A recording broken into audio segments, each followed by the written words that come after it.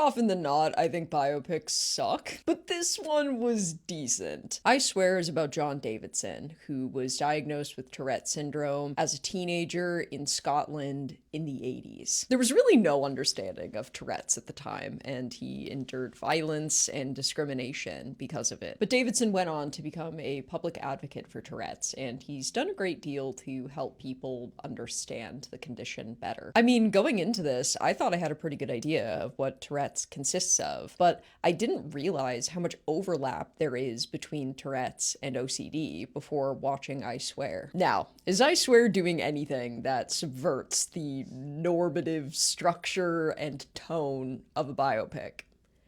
No, it's just as saccharine and straightforward as they usually are. But I think that might actually work in this context, because the thing that subverts our expectations is the Tourette's itself. This film really succeeds at conveying the sheer anxiety and dread that comes with experiencing this condition. I was actually pretty jumpy at the beginning of the movie when John first started ticking, and my stomach would sink with dread whenever a scene began with him walking into a public space. This film is really bleak and heartbreaking at times, but at the same time, I Swear is really funny. There's a job interview scene that's played deliberately for laughs, on top of a scene with John Davidson being the worst blackjack player of all time. And he makes a damn fine cup of tea. Spunk for milk.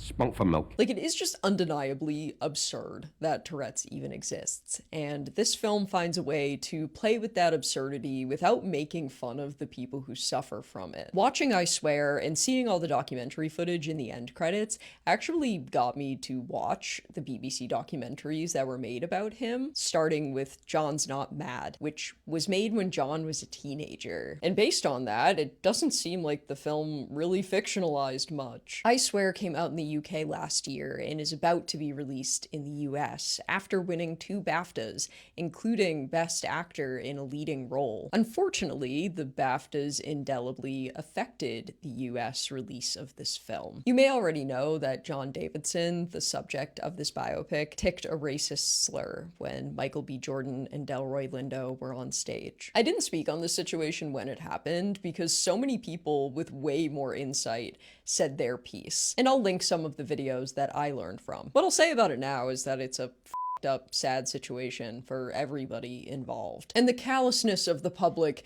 didn't help, whether they were policing the responses of Black actors or accusing John Davidson of being racist and meaning it. I also think the situation could have been prevented, and the responsibility for that was with the BBC and the BAFTAs. At this point, it's hard to say if that will put Americans off of seeing this film, give them a reason to, or have no impact at all. I do think that if it has a negative impact, I would understand, but it would be a shame. Because if I had to bet, as a biopic hater, I Swear will be one of the only biopics worth watching this year.